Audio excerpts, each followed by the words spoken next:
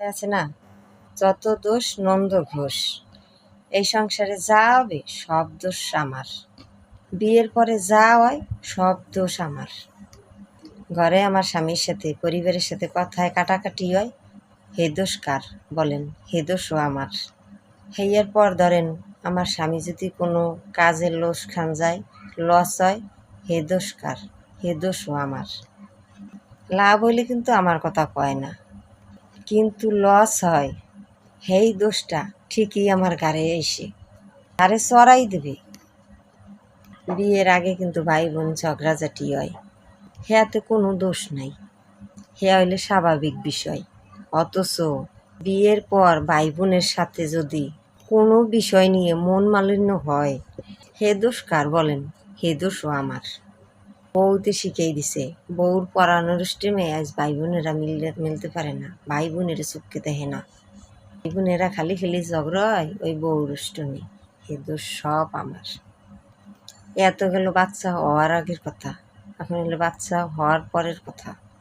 বাচ্চা হওয়ার পরে দেখি কি আমার পায়ে পায়ে পদে পদে ভুল, পায়ে পায়ে দোষ, পাড়া দিলেও দোষ হয়।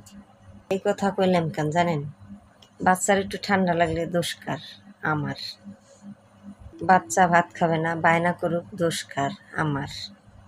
আমার বাচ্চা একটু রাগ দেখাক, একটু জেদি দেখাক, দোষ কার? আমার।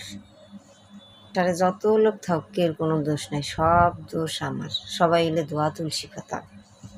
আমার স্বামী সংসারে কাজ না করলে, অন্য দিক গেলে, হে দোষও আমার। আমার স্বামী আমি আটকাই রাখতে পারি না, কন্ট্রোল করতে পারি না। অথচ আমার স্বামীর সাথে আমি গল্প গুজব করবো, যদি একটু আটকাই রাখতে চাই, তাইলে হেলে কবে নাকি আমার স্বামীর আমি পরিবারের সাথে মিশতে দিই না। মিশতে দেবো না দেখিয়া আমার স্বামীর আমার দাঁড়ে দাঁড়ে রাখি সব সময়। আমি আমার স্বামীরে ঘরের ভিতরে রাখি, আঁচলে রাখি।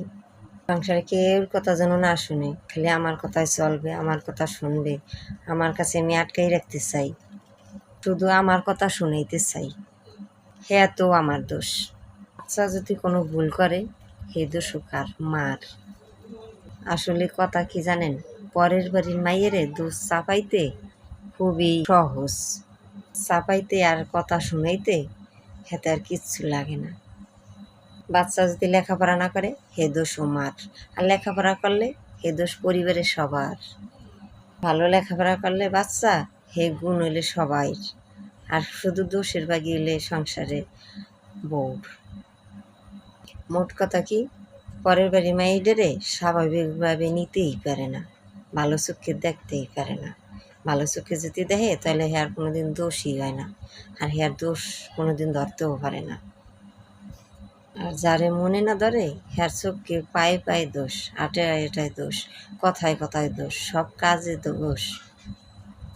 বিয়ের পর যদি স্বামী খারাপ হয়, তখন কি বউটা আসার পর তাইলে এরম হয়েছে, আগে এরম ছিল না। আর যদি ভালো হয়, কবে না আমার ছেলে এরেক হয়। মোট কথা, সব দোষ হলেই পরের বাড়ির মাইয়াটার, পরের বাড়ির মাইয়াটার হলে সব দোষ।